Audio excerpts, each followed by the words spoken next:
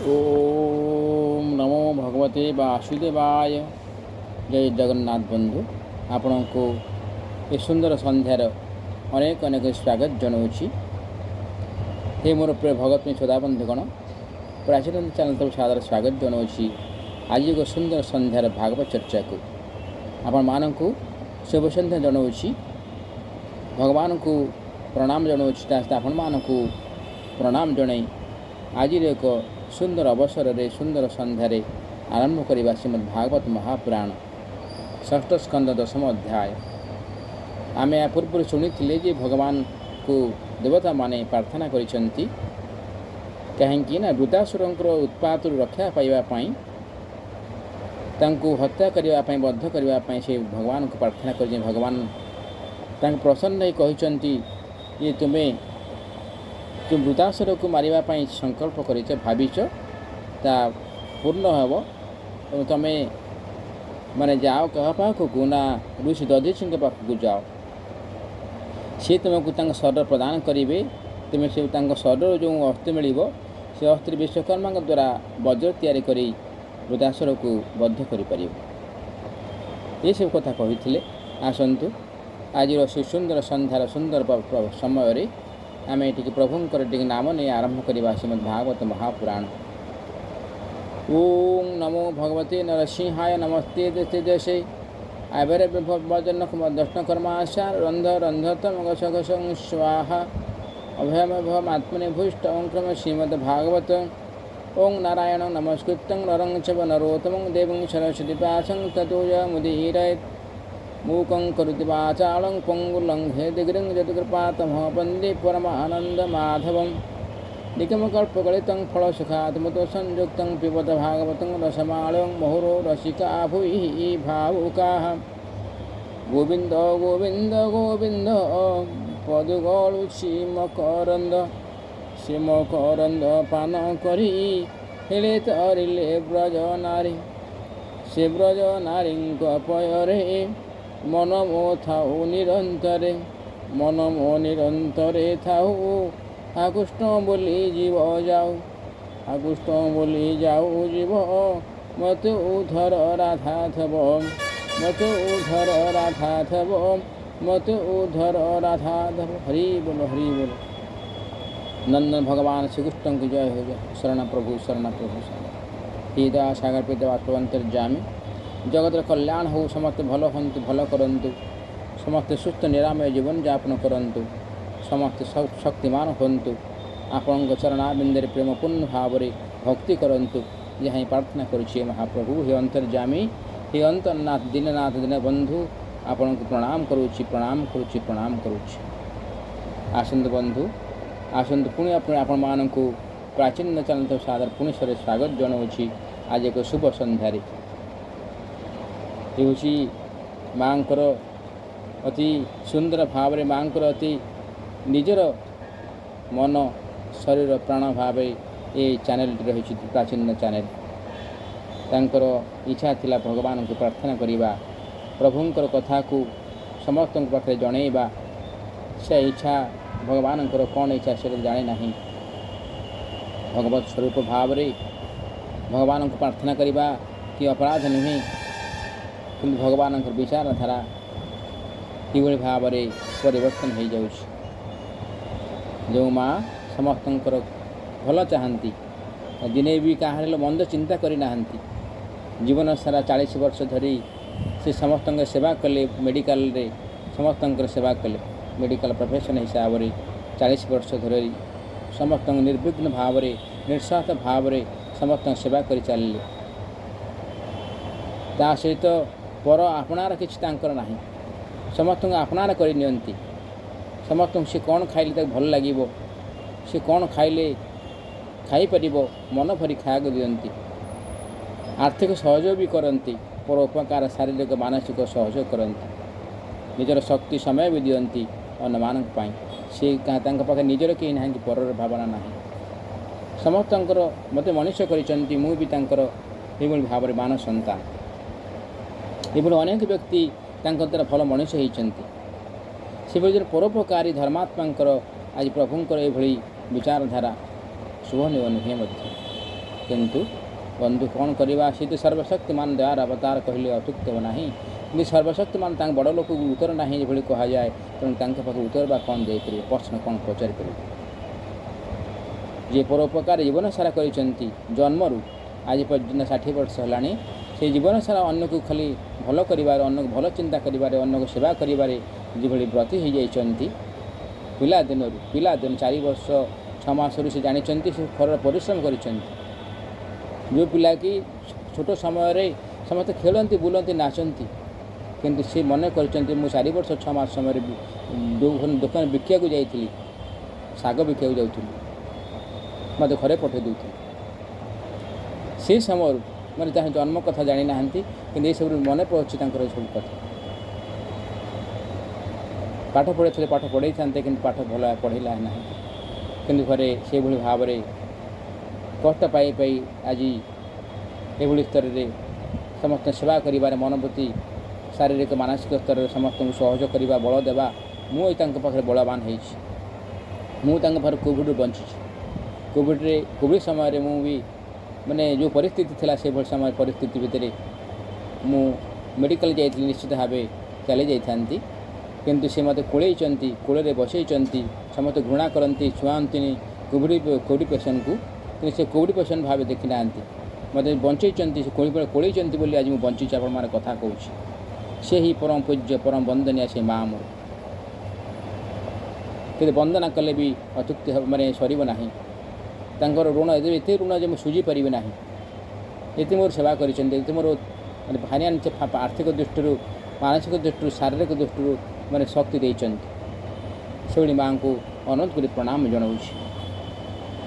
ଆସନ୍ତୁ ବନ୍ଧୁ, ଏଭଳି ମାଆଙ୍କର ତ କହିଲେ ବହୁତ କିଛି କହିହେବ, କାହିଁକି ସେ ବି ଅପାର ଶକ୍ତିର ଭଣ୍ଡାର।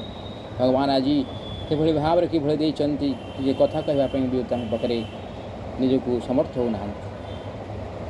ଭଗବାନଙ୍କର ଯଦି ଆପଣମାନଙ୍କୁ ପ୍ରାର୍ଥନା କଲି, ଯେ ଭଗବାନଙ୍କୁ ପ୍ରାର୍ଥନା କରୁଛି, ହେ ପ୍ରଭୁ, ହେ ଦୟାମୟ, ଦୟା ସାଗର ପିତାବାସ, ଭଗବାନ ସମସ୍ତଙ୍କର କଲ୍ୟାଣ କରୁଛନ୍ତି, ମାଆଙ୍କର କଲ୍ୟାଣ କରନ୍ତୁ। ମା' ପୁଣି ଆପଣମାନଙ୍କ ପାଖରେ ପୁଣି କଥା କହିବେ, ସେ ଭଗବତ ସ୍ୱରୂପ ଭଗବତ ବଣ୍ଟନ କରିବେ, ଆପଣମାନେ ମହାପୁଣ୍ୟଦାୟୀ ହେବେ। ଆସନ୍ତୁ, ଆମେ ଏତେ ପୂର୍ବରୁ ଶୁଣିଥିଲେ ବୃଦ୍ଧାଶ୍ରମଙ୍କ କଥା, ଦେବତାମାନଙ୍କ କଥା, ଦେବତାମାନେ କିଭଳି ପ୍ରାର୍ଥନା କରିଥିଲେ। ସୁଖଦେବ କ'ଣ କହୁଛନ୍ତି, ଆସନ୍ତୁ ଶୁଣିବା। ସେ ସୁଖଦେବ କହିଲେ, ପରୀକ୍ଷିତ,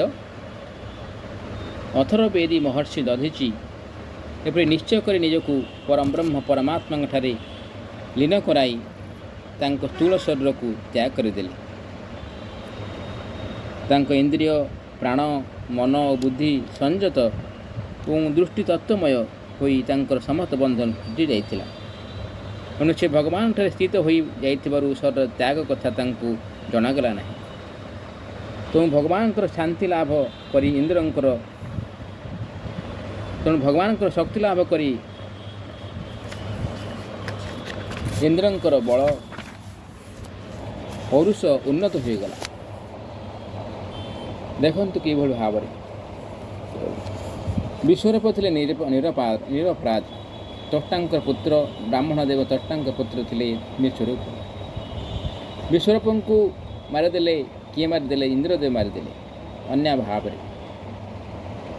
ଭଗବାନ କିଭଳି ସହଯୋଗ କରନ୍ତି ଇନ୍ଦ୍ରଙ୍କୁ ଦେଖନ୍ତୁ।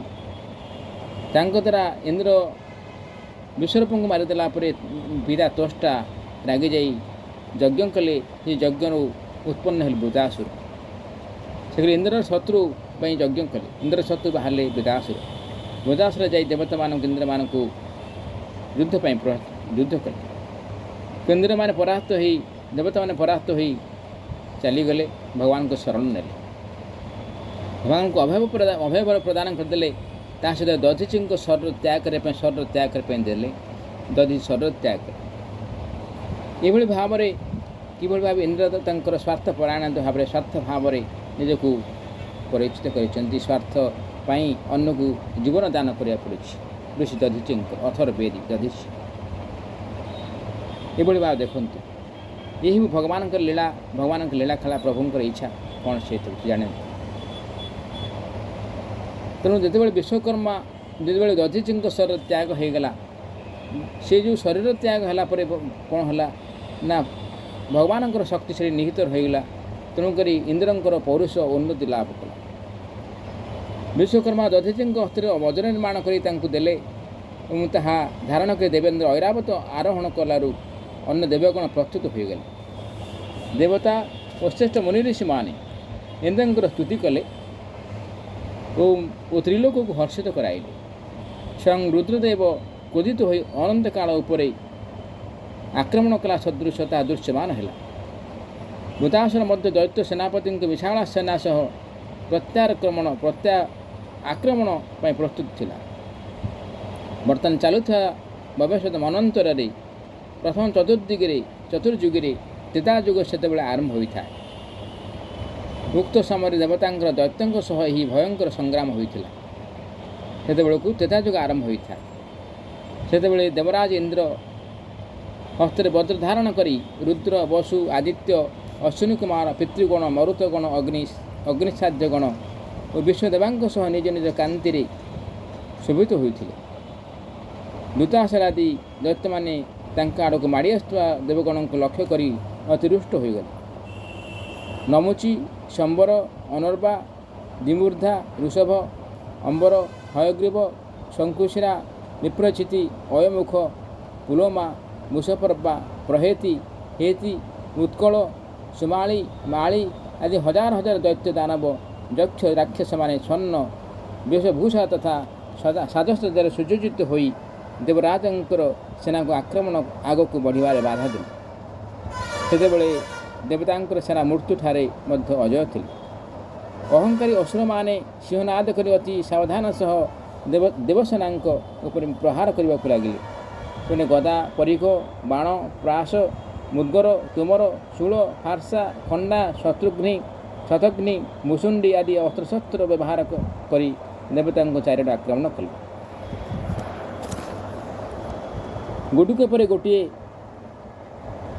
पर गोटे बाण यही बाण चारिआडू आसी देवगण को ढांकी पकाइलु से बाहर को दृश्य होना था। जपरी मेघमाला द्वारा आकाश आच्छादित हो गले आकाशर तारा सब अदृश्य हो जाती हेले सी अस्त्रशस्त्र सबू देवसेना को स्पर्श सुधा कर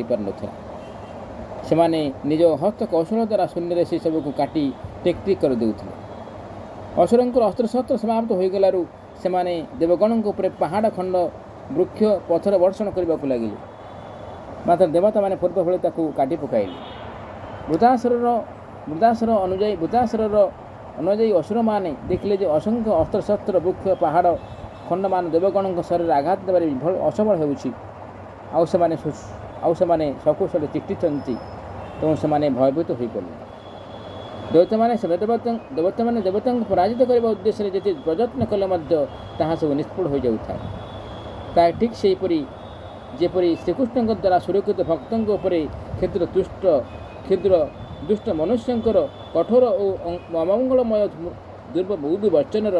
दुर्वचनर किसी प्रभाव पड़े ना। सेहीपरि भगवत विमुख असुर से उद्यम विफल देखि उत्साह रहित हो गले। सेमाने वीरपुणियार अहंकार लुप्त होगा। तेणु से अधिपति वृतासुर को रणभूमि छाड़ी दूरे गले। बड़ पौरुष को देवता माने क्षीण कर देते।